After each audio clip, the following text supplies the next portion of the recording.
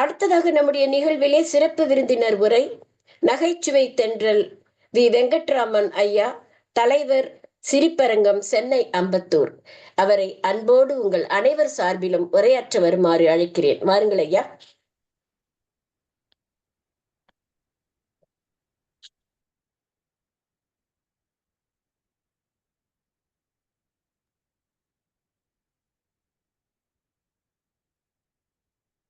வெங்கட்ராமன் ஐயா, உங்கள் உரைக்காக காத்திருக்கிறோம். அன்மியூட் பண்ணணும். அன்மியூட் பண்ணுங்க ஐயா. அந்த ஒளிவாங்கியை திறந்து விட்டு பேசுங்கள். Okay okay okay. அனைவருக்கும் வணக்கம்.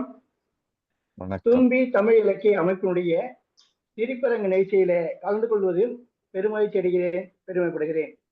இந்த நிகழ்ச்சியில தமிழிசை தந்த கவிஞானி திரு மாவே மாணிக்க வாசகம் அவர்களுக்கும், தொடக்க உரை நிகழ்த்திய திரு மா உ ஞான வடிவேல் அவர்களுக்கும், துடுக்கு தொடர்கள் நிறைய நமக்காக தர இருக்கின்ற கவிஞர் பூ மா கபிலன் அவர்களுக்கும், தொழில்நுட்ப உதவி கவித்தேனி வசந்தகுமார் அவர்களுக்கும், நன்றியுரை அறிவிக்கின்ற கவிமாமணி பொதிகை செல்வராஜன் அவர்களுக்கும், இந்த நிகழ்ச்சியிலே மேலும் கலந்து கொண்டிருக்கின்ற அனைத்து பெருமக்களுக்கும் எனது பணிவான வணக்கம்.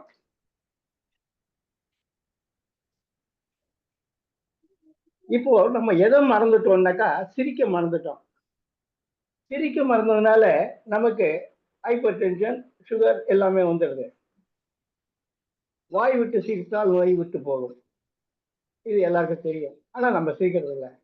அதனால எப்படி சிரிக்க முடியும் அப்படின்னு கேட்டீங்கன்னா, எல்லா இடத்துலையும் நகைச்சுவை இருக்கு. தொல்காப்பியத்துல சொல்றாருங்க, எள்ளல், இளமை, சேதமை, மடமை ஆகிய இடங்கள்ல நகைச்சுவை உண்டு. அதே போன்று மெய்ப்பாடு 8 வகைப்படும். அதில் முதலிடம் பெறுவது நகை. திருக்குறளில் நகைச்சுவை இருக்கிறது. அதில் ஒன்று சொல்லுகிறேன். குறளின் 621, இடுக்கண் வருங்கால் நல்க அதனை அடுத்து ஊறுவது அக்தோப்பது இல். அதாவது துன்பம் வரும்போது அதற்கு வருந்தாமல் மனதுக்குள் சிரிக்க வேண்டும். ஏன்னா அத்துன்பத்தை நெருங்கி அழிப்பதை அதை போன்று எதுவுமே இல்லை என்று வள்ளுவ பெருந்தகை கூறுகிறார். மேலும் எங்கெங்கெல்லாம் இருக்குன்றது பார்க்கும்போது, கணவன் மனைவிட்ட இருக்கு, பெண் பார்க்க போகும்போது இருக்கு, ஆபீஸ்ல இருக்கு, டாக்டர் கிட்ட இருக்கு, ஆசிரியர் பெருமக்களிடம் இருக்கு, அரசியல்வாதிகளிடம் இருக்கு, இலக்கியத்தில் அதிகமாகவே இருக்கு. ஒவ்வொன்றாக நம்ம பார்க்கிறோம். இப்போ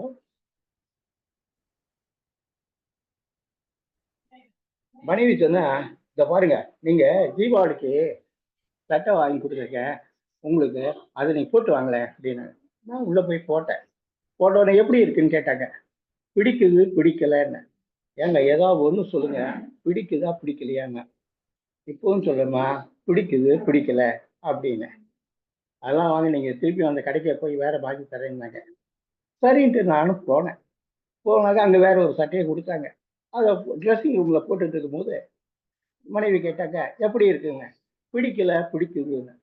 என்னங்க ஒரே குழப்பம், நீங்க பிடிக்குது பிடிக்கல, நீங்க பிடிக்கல பிடிக்குதுங்க.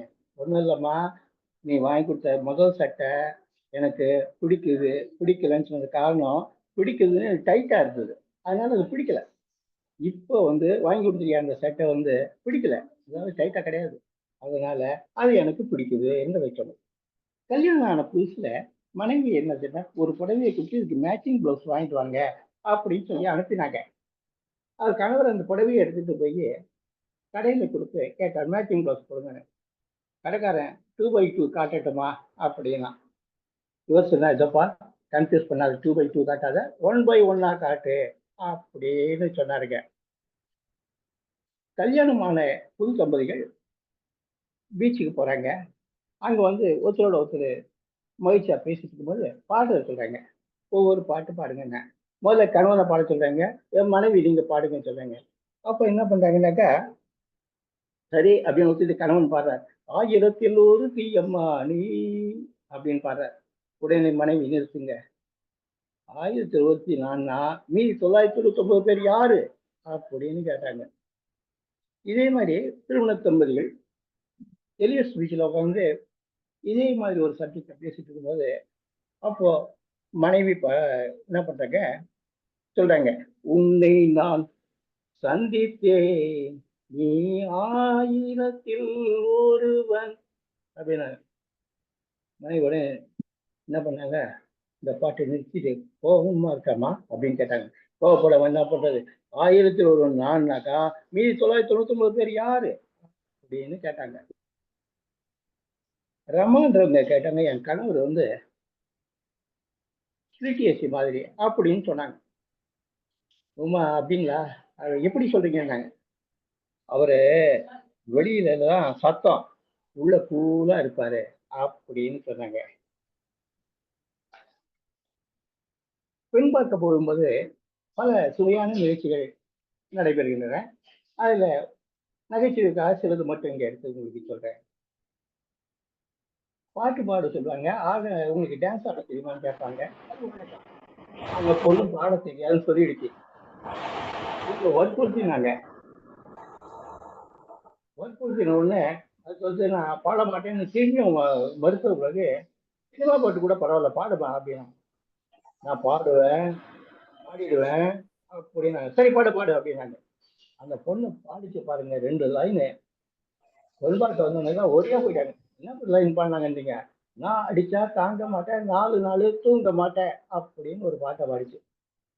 இன்னொரு இடத்துல பெண் பார்க்க போயிருக்கும்போது இவரு கேட்டாங்க, இல்லை விட்டாரு பொண்ணுக்கு ஸ்போர்ட்ஸ் கேம்ஸ் தெரியுமா அப்படின்னு.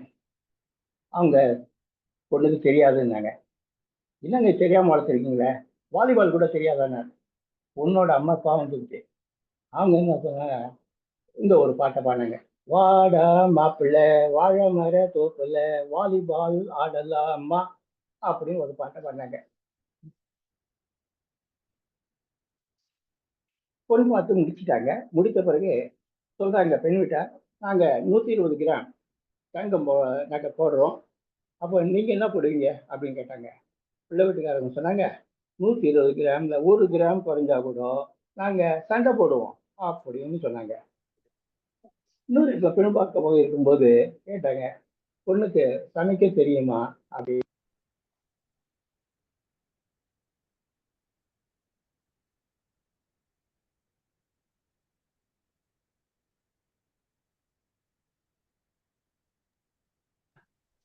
மியூட் எடுத்துட்டு போச்சுங்க ஐயா.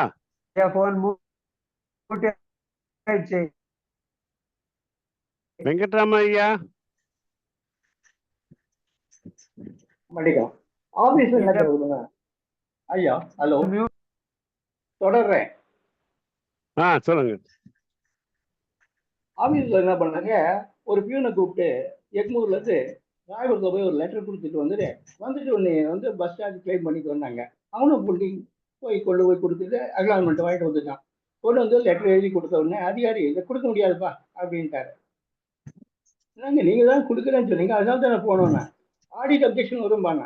என்ன ஆடிட் அப்ஜெக்ஷன் வரும்போது, லெட்டர் கொடுத்தாச்சு, அக்னாலஜ்மெண்ட் வாங்கியாச்சு, கிளைம் பண்ணியிருக்கோம், அவ்வளோதாங்க. இல்லை இந்த லெட்டரை பாரு அப்படின்னு கொடுத்தாங்க. அந்த கிளைம் லெட்டர்ல அந்த பியூன் எழுதியிருந்தார், எக்மூர்ல இருந்து ராயபுரம் பேய் வர செலவு 50 ரூபான்னு போட்டிருந்தார். போய் வர செலவுன்றது அதான் பேய் வரத்துக்கெல்லாம் கொடுக்க முடியுமா அப்படின்னு கேட்டாங்க. ஆபீசர் வந்து பியூனை பார்த்து, நீ வந்து யாரையும் உள்ள அனுப்பாதுப்பா, நேற்று அனுப்பிச்சு 4 பேர் பெரிய தகராறு ஆயிடுச்சு அப்படின்னா. சரி இனிமேல் நான் அனுப்ப மாட்டேன் அப்படின்ட்டேன். ஒரு அரை மணி நேரம் கழிச்சு ஒரு லேடி வந்தாங்க, ஐயாவை பார்க்கணும் அப்படின்னாங்க. ஐயாவை பார்க்க முடியாது, அனுப்ப முடியாது சார். ஏன், அவங்க மனைவி தான் நான் வந்திருக்கேன், அனுப்புங்க அப்படின்னா. ஆமா நேற்று கூட இந்த மாதிரி தான் சொல்லிட்டு 4 பேர் உள்ள போனாங்க, தகராறு ஆகி போச்சு அப்படின்னு சொன்னாங்க.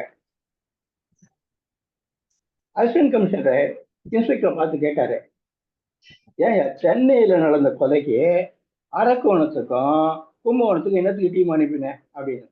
ஐயா நீங்க தான் சொல்லியிருக்கீங்க ஒரு கேஸை வந்து பல கோணங்கள்ல பார்க்கணும் அப்படின்னு சொன்னாருங்க.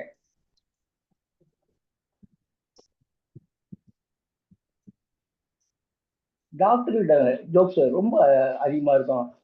அதுல ஒரு சில வச்சா பகிர்ந்துக்கிறேன். பேஷண்ட்டுடைய பையன் போய் சொன்னா, இந்த மாதிரி ரொம்ப சீரியஸா இருக்காரு, நாளைக்கு ஆப்ரேஷன் பண்ணணும்னு சொல்றீங்க, என்ன பிளட் வேணும் சொல்லுங்க. ஏ பாசிட்டிவ் பிளட் 2 யூனிட் வேணும், காலையில் கொண்டு வந்துரு அப்படின்ட்டார் டாக்டர். இந்த பேஷண்ட் அட்டண்டன்ட் வந்து எல்லா இடத்தையும் சுற்றி பார்த்து கிடைக்கல, வந்து காலையில சொல்றாரு, டாக்டர் மன்னிக்கணும், ஏ பாசிட்டிவ் பிளட் எனக்கு கிடைக்கல அப்படின்னாரு. கோபம் அவர் பார்த்து உடனே இவர் சொன்னார், எங்க அப்பா அவ்வளவுதானே சார் அப்படின்னு அழ ஆரம்பிச்சிடான் அந்த பேஷண்டோட மகன். அவர் டாக்டர் சார் பி பாசிட்டிவ் ஆயிடுச்சு அப்படின்னாரு. டாக்டர் முதல்ல சொல்லிதான் பி பாசிட்டிவ் கேட்டு நிறைய கிடைச்சது அவனு வந்துருப்பாரு அப்படின்னு அவர் சொன்னாருங்க. பேஷண்ட் கேட்டாரு, நீங்க ஏன் டாக்டர் லேசர் சர்ஜரியை ப்ரிஃபர் பண்றீங்க அப்படின்னு. டாக்டர் சொன்னாரு, எங்க பாட்டி அப்பவே சொன்னாங்க, கத்தியால இறந்து போயிடுவாங்க, அதனால தான் நான் லேசர் சர்ஜரி பண்றேன் அப்படின்னு சொன்னாரு. பேஷண்ட் கேட்டாருங்க, எல்லா டாக்டரும் 300 ரூபா வாங்குறாங்க ஃபீஸ், நீங்க மட்டும் ஏன் 100 ரூபா வாங்குறீங்க அப்படின்னு கேட்டேன். அதுக்கு டாக்டர் சொன்னார், அவங்களாம் எம்பிபிஎஸ் படிச்சு 300 ரூபா வாங்குறாங்கப்பா, நான் படிச்ச 100 ரூபாய்க்கு எஸ்எல்சிக்கு 100 ரூபாயா போறோம் அப்படின்னு அவர் சொன்னாருங்க. டாக்டர் அவர் ஒரு போலி டாக்டர் தாங்களே, அதனால அந்த மாதிரி அவர் சொல்லிட்டாரு. ஒரு பேஷண்ட் டாக்டர்கிட்ட போய் ரொம்ப அன்கம்ஃபர்டபுளா இருக்கு, மாரெல்லாம் வலிக்கிறது, நீங்க எல்லாம் எக்ஸாமின் பண்ணிவிடுங்க, எனக்கு ட்ரீட்மெண்ட் ஸ்டார்ட் பண்ணுங்க. இதெல்லாம் ஒன்றும் இப்போ பண்ண முடியாதுப்பா, சீக்கிரமா ஒரு 24 ஹவர்ஸ் கழிச்சு தான் பண்ண முடியும்னு சொல்லிட்டு எல்லா டெஸ்ட்டையும் பண்ணிட்டாங்க. பண்ணிட்ட உடனே பேஷண்ட் கிட்ட சொன்னாரு, உன் ஹார்ட்ல 2 பிளாக் இருக்கு அப்படின்னு. அந்த பேஷண்ட் அழ ஆரம்பிச்சுட்டான். டாக்டர் சொன்னார், 2 பிளாக் தானே பாருக்கு, அதுக்கே அழற அப்படின்னா. டாக்டர் நான் கூட எஸ்எல்சி படிச்சிருக்கேன், ஹார்ட்ல 4 பிளாக் இருக்கிறதான் படிச்சிருக்கேன், இப்போ 2 பிளாக் இருக்குன்னு சொல்றீங்களே, 2 பிளாக்ல என்னால உயிர் வாழ முடியுமா அப்படின்னு அவர் கேட்டாருங்க. ஒரு டாக்டர் வந்து கார்டியாலஜிஸ்ட், அவர் போய் எப்படி கண்டுபிடிச்சாங்கன்னாக்கா, இவருடைய கஷ்டமெல்லாம் சொல்லிட்டு சொல்றாரு, டாக்டர் என்ன சொல்றாரு, பைபாஸ் சர்ஜரி பண்ணணும் அப்படின்னாரு. எவ்வளோ ஆகும்னு கேட்டேன் பேஷண்ட்டு. 2.5 லட்சம் ஆகும் அப்படின்னாரு. கொஞ்சம் பிரேக்கப் தரீங்களா அப்படின்னா. பிரேக்கப்ல surgeon fees, assistant surgeon fees, அப்புறம் வந்து இவங்க அனஸ்தீசியா, டிஸ்போசபிள்ஸ், மெடிசின், ஆப்ரேஷன் தேட்டர்னு போட்டு கடைசியில் டோல்கேட் ஃபீஸ் 500 போட்டேன். பேஷண்ட் கேட்டா, என்னத்துக்கு சார் டோல்கேட் ஃபீஸ் பண்ணுங்க, இது பைபாஸ் சர்ஜரிங்க, டோல்கேட்டுக்கு ஃபீஸ் கட்ட வேண்டாமா அப்படின்னு அவர் சொன்னாருங்க. மேலும் பார்க்கின்ற போது இந்த சாமியார்ங்கிற விஷயத்துல ரொம்ப சமஸ்யெல்லாம் நடக்குங்க. மணி 8 ஆகிப்போச்சு, சிஷியா பழங்கள் கொண்டு வா, நான் சாப்பிட்டு தூங்கணும் அப்படின்னு. சிஷியன் எல்லாத்தையும் சுற்றி 10:30 மணிக்கு ஒரு ஜாடி கொண்டு வந்து வச்சான். ஜாதி கொண்டு வந்து வச்ச உடனே, நான் என்ன பழங்கள் கேட்டேன், நீ ஜாடி கொண்டு வந்து வச்சிருக்கிய அப்படின்னு. நீங்க பாருங்க, திறந்து பார்த்தா குப்ஸ்னு நாத்தம் அடிக்குது, நான் என்ன கேட்டேன், நீ என்ன செய்த சாமியார் கேட்டேன், நீங்க தான் பழங்கள் கேட்டீங்களே அப்படின்னு. ஏய், நான் கேட்டது பழங்கள், ஃப்ரூட்ஸ், நீ கொண்டு வந்து பழங்கள், பழைய கல்லு கொண்டு வந்திருக்க அப்படின்னு சொன்னார். சாமியார்கிட்ட ஒருத்தர் கேட்டா, ஞானம் வந்ததும் நீங்க சாமியார் ஆனீங்களா, இல்லைன்னா சாமியார் ஆனதும் உங்களுக்கு ஞானம் வந்ததா அப்படின்னு கேட்டாங்க.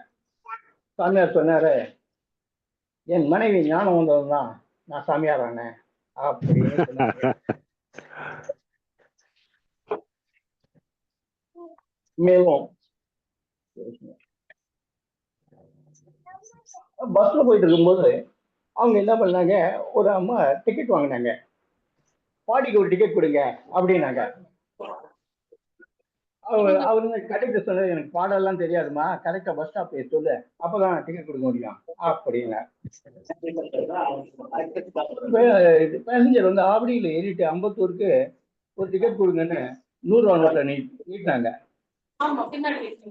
சொன்னாரு, ஹலோ ஹலோ பேசுங்க, யார் அது பேசிட்டு இருக்கிறது? ஆவடியில இருந்து அம்பத்தூர் ஒரு டிக்கெட் கேட்டாங்க, பஸ்ல ஏறணும், 100 ரூபா கொடுத்தாங்க. கண்டக்டர் சொன்னாரு, 100 ரூபா கொடுக்காம சில்லறை இல்லையா, அந்த மாதிரி சொன்னா நீங்க பைய கொடுங்க அப்படின்னாங்க. கண்டக்டர் சொன்ன, உங்ககிட்ட பைய கொடுத்து நான் எங்க வேலை செய்யறதுன்னு கேட்டேன். ஏன்னா மெதுவாக இன்னொரு அர்த்தம் இல்லையா, அதுக்காக அவங்க அந்த மாதிரி சொன்னாங்க. மார்க்கெட்ல நிறைய தமாஷா நடக்குங்க. ஒருத்தர் இதுல சதர்ன் ஸ்டேட்ஸ்ல இருந்து வந்திருந்தாரு. இதுல இறங்கிட்டாரு, தாம்பரத்துல இறங்கி மார்க்கெட்ல கடையில் காய்கறிகள் கீரையெல்லாம் இருக்கிறாங்க. அவங்ககிட்ட வந்து கேட்டாங்க, எப்படி கீரை அப்படின்னு கேட்டாங்க. அவங்க சொன்னாங்க, இங்க பாரு, என் புள்ள மாதிரி நீ தான் கேட்குற, வேற யாரும் கேட்கறது கிடையாது அப்படின்னா. ஐயோ, நான் அதை கேட்கலமா, எப்படி கீரைனா விலையோட கீரை எப்படி எவ்வளோன்னு கேட்டுட்டேன் அப்படின்னு அவர் சொன்னார். அதே மாதிரி ஒரு இடத்துல காய்கறிகள்லாம் வித்துட்டு இருந்தாங்க. அதுல வந்து தென்னைக்கிழங்கு, உருளைக்கிழங்கு, சேப்பங்கெல்லாம் வித்துருந்தாங்க. இவர் வந்து கேட்டாரு, எப்படி உருளை அப்படின்னு கேட்டாரு. அந்த மாதிரி சொன்னாங்க, சோத்தாங்காயில காலியா இருக்குது, பீச்சாங்காயில காலியா இருக்கு, எங்க வேணா உருளு அப்படின்ட்டாங்க. அவங்க எப்படி உருளைன்னு கேட்டது உருளைக்கிழங்குடைய விலைய. 4 நண்பர்கள் வந்து மார்க்கெட்ல காய்கறி விற்றாங்க. பீன்ஸ் ஒருத்தர், தக்காளி ஒருத்தர், வெங்காயம் ஒருத்தர், இன்னொருத்தர் குட்டை புடலங்காய் அது விற்றாரு. இவங்க சொல்லும் போது என்ன பண்ணாங்க, ஊட்டி பீன்ஸ் சொல்லி விற்றாரு பீன்ஸுக்காக. பெல்லாரி வெங்காயம்னு சொல்லி விற்றாரு வெங்காயம் வியாபாரி. பெங்களூர் தக்காளின்னு சொல்லி விற்றாரு தக்காளிக்காரர். இவங்க என்ன சொல்லி பார்த்தாரு, கல்கட்டா போடலாங்க, கல்கட்டா போடலாங்கன்னு விற்றாரு. ஏண்டாடே பொய்யெல்லாம் சொல்ற, கல்கட்டாவில் எதிராக போடலங்க, இது குட்டை போடுறவங்க கல் கட்ட மாட்டாங்க, கல் கட்டாத புடலங்காய கல்கட்டா புடலங்க, கல்கட்டா புடலங்க நான் சொன்னேன்.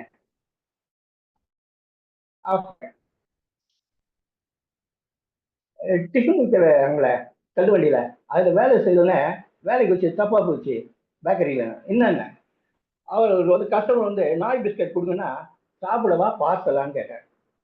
ஹோட்டல்ல வேலை செய்யுதுன்னு ஹாஸ்பிட்டல்ல வேலைக்கு வச்சு தப்பா போச்சுன்னா ஏன்னா டாக்டர் ரெடின்னு அவர் போர்டு போட்டாங்க. ராபு கேட்டாரு, உங்க பையன் என்ன பண்றாங்க? சோமு சொன்னாரு, பிஹெச்டி பண்றாங்க. பரவாயில்லையேன்னாரு. ஆனா நீ வேற, என் பையன் பிஹெச்டி பண்றான்றது பிஸா ஹோம் டெலிவரி பண்றான் அதுதான் சொல்றேன் அப்படின்னாரு. டெனன்ட் கம்ப்ளைண்ட் பண்ணாரு ஹவுஸ் ஓனர் கிட்ட, என்னங்க வீட்டுல எலி நடமாட்டம் அதிகமா இருக்குன்னா. ஹவுஸ் ஓனர் சொன்னாரு, நீ கொடுக்குற 1000 ரூபாய் வாடகைக்கு எலி நடமாட்டம் இல்லாம புலி நடமாட்டமா இருக்கும் அப்படின்னு கேட்டாரு. மேலும் பார்க்கின்ற போது பாடகர் சபாபதி பாடினாரு. சபால எப்படி இருந்தன பாடகர் சபாபதி சபால பாடின சபா பாதி ஆயிடுச்சு அப்படின்னாங்க. பால் வகை சொல்லு அப்படின்னு கேட்டாங்க ஆசிரியர். ஆண் பால், பெண் பால் சொல்லிட்டு அடுத்து அமலா பால்னு சொல்லிட்டான். டாக்டர் பல்லு ஆடுதுன்னா, டாக்டர் யார் பாட்டுக்கு ஆடுது அப்படின்னா, அது பாட்டுக்கு ஆடுது அப்படின்றா பேஷண்ட். இன்னொரு பல் டாக்டர் கிட்ட போயிருக்கும்போது டாக்டர் பல்லு ஆடுதுன்னு சொன்னா டாக்டர் கேட்கிறாரு, கதகடியா குச்சிக்குடி ஆடுதா அப்படின்னு கேட்டாருங்க.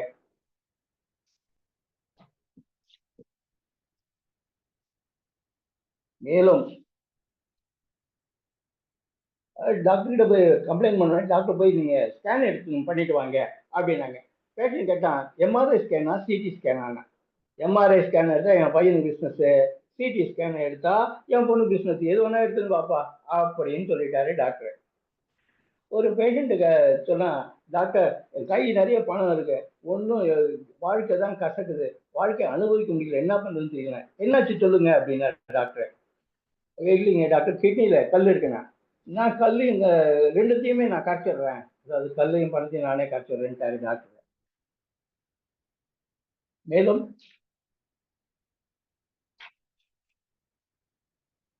ஒரு பேச்சாளர் சொன்னார், நான் எந்த ஸ்டேஜிலும் பேச தயார் என்று சொன்னார். உடனே பக்கத்துல இருந்த நிறுவனர் கேட்டாரு, கோமா ஸ்டேஜ்ல பேசுவீங்களா அப்படின்னு.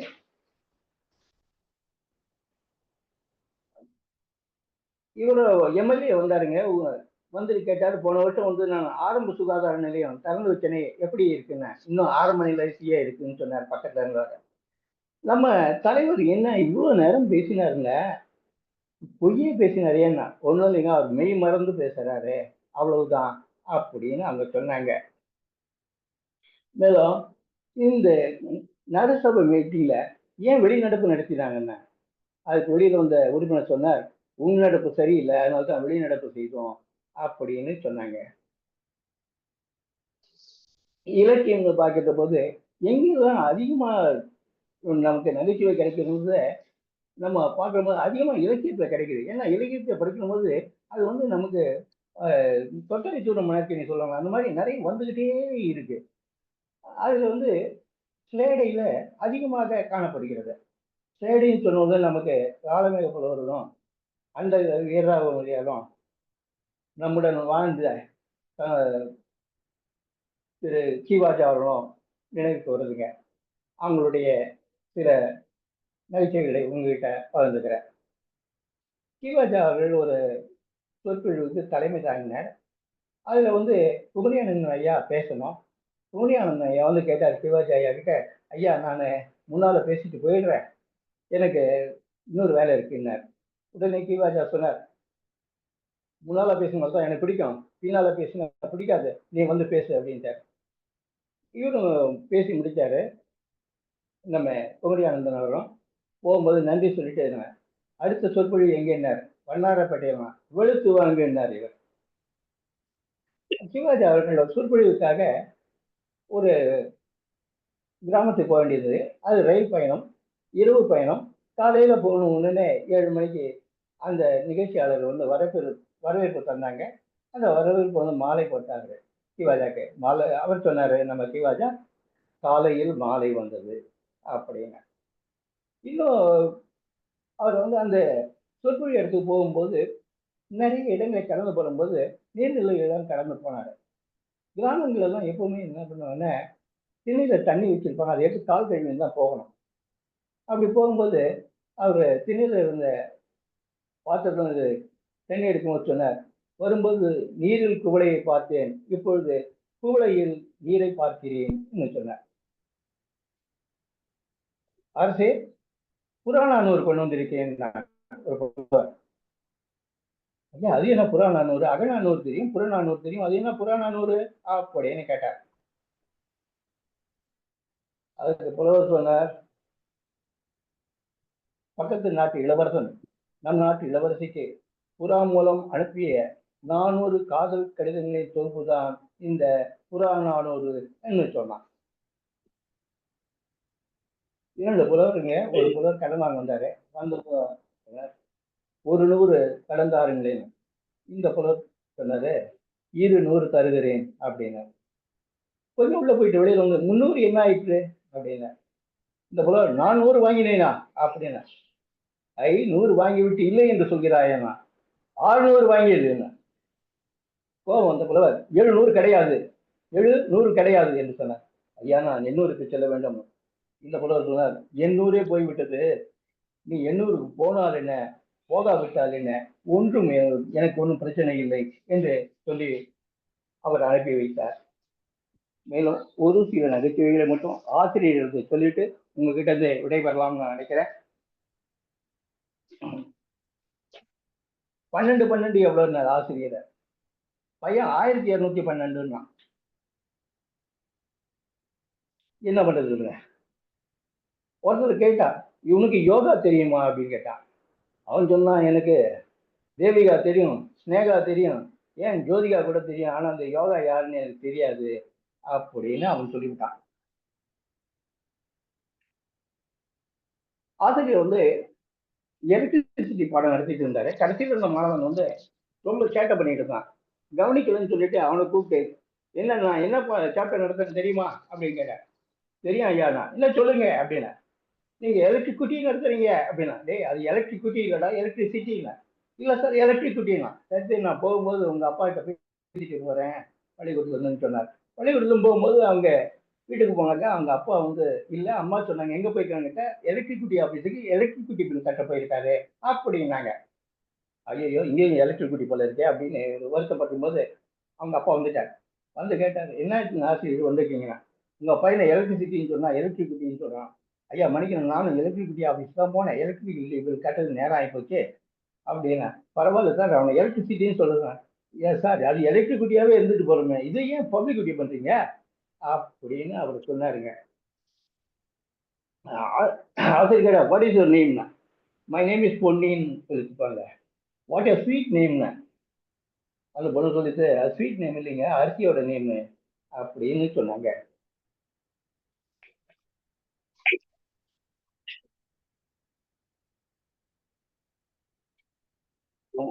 ஒரு டோல் நிமிஷம் வந்துட்டேன்.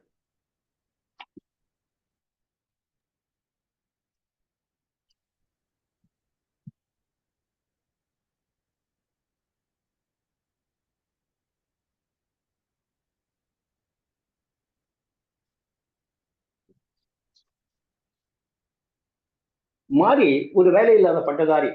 அவன் என்ன பண்ண, காலையில வாரி சுருட்டிட்டு எழுதினான். எழுந்த உடனே வீட்டுல கேட்டாரு அவங்க அப்பா, என்ன மாறி வாரி சுருட்டி எழுந்துட்டாங்க காலையில 6 மணிக்கு என்ன வச்சாங்க. ஏதோ மாறி கம்பெனில வேலையும் அதுக்காக. சரி அவனை கூப்பிட்டு நான் பணத்தை கொடுத்துட்டு போறேன் அப்படின்னு. அவன் இப்ப தலை வாரிட்டு இருக்கான் அப்படின்னா. சரி வர சொல்லுங்க. இப்போ வருஷ வாரியா சர்டிபிகேட் அரேஞ்ச் பண்ணிட்டு இருக்கான் அப்படின்னாங்க அம்மா. அவன் படிச்ச எஸ்எல்சி ஆச்சான். என்ன 5 சப்ஜெக்ட் ஆச்சு, 5 வருஷம் பாஸ் பண்ணாங்க. வருஷ வாரியா அடிச்சிருந்தாங்க. பையன் வந்தவங்கன்னா எங்க வேலைக்கு போறாங்க, ஏதோ மாரியன் மாறி கம்பெனி சொன்னாங்க. சின்ன மாரியா பெரிய மாரியா அப்படின்னாரு இவரு. அவன் சொன்னா, ரெண்டும் இல்லை சார், சின்ன மாரியும் இல்லை பெரிய மாரியும் இல்லை, இது வந்து மும்மாரி அப்படின்னு சொன்னான். ஆமா வாரி வாரி கொடுத்துட்டு போனா, நீ போயிட்டு வா அப்படின்னு சொன்னான். என்ன வேலையான்னு கேட்டா, தெரு வாரியா போய் மொழி வாரியா ஜாதி வாரியா கணக்கு எடுக்கணும் அப்படி. இவன் இன்டர்வியூக்கு போயிட்டான் பையன். இன்டர்வியூ கேள்வி கேட்ட போது ஒரு கேள்வி கூட சரியா சொல்ல. உலகம் உருண்டை, இது உண்மையா பொய்யா? உண்மை. எப்படி சொல்றீங்க? நான் வரும்போது வடபழனியில பார்த்தேன், ஏவிஎம் ஸ்டுடியோல ஒருத்தர் உருண்டை கையில வச்சுட்டு நின்றாரு, அதனால சொன்னேன்.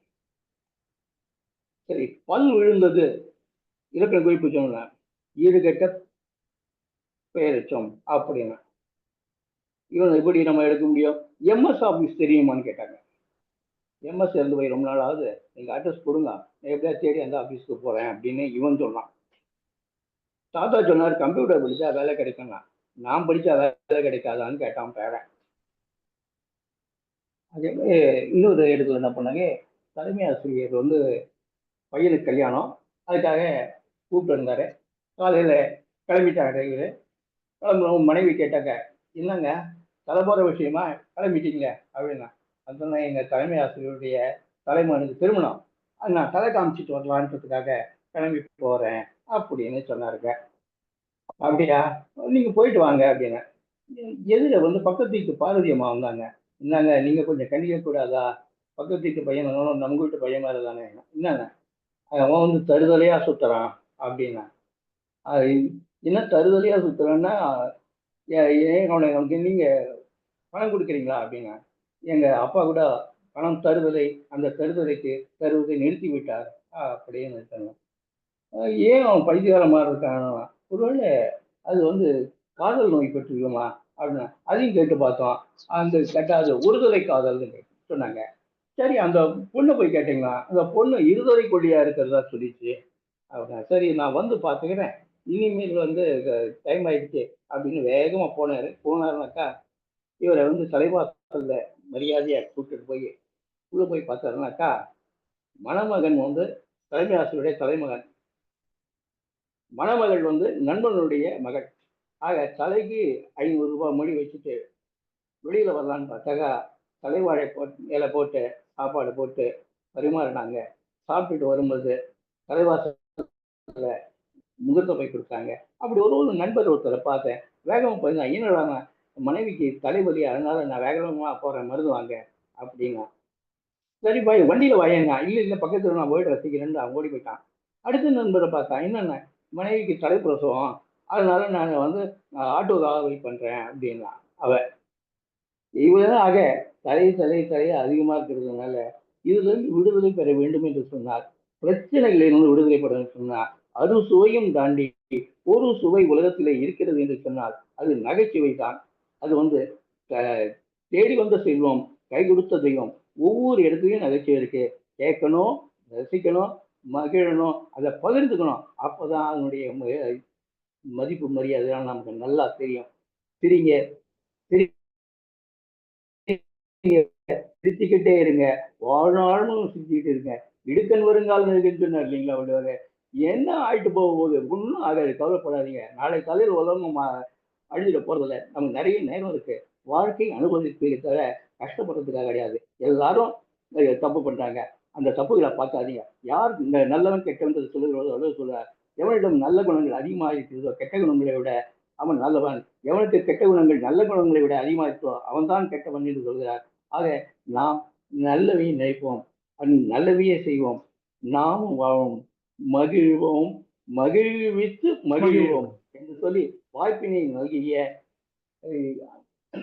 தும்பி இலக்கிய அமைப்பினருக்கு நெஞ்சார்ந்த நன்றியை தெரிவித்துக் கொள்கிறேன். வாழ்க வாழ்க வாழ்க என்று உங்களிடமிருந்து சொல்லி விடைபெறுகிறேன். நன்றி, வணக்கம்.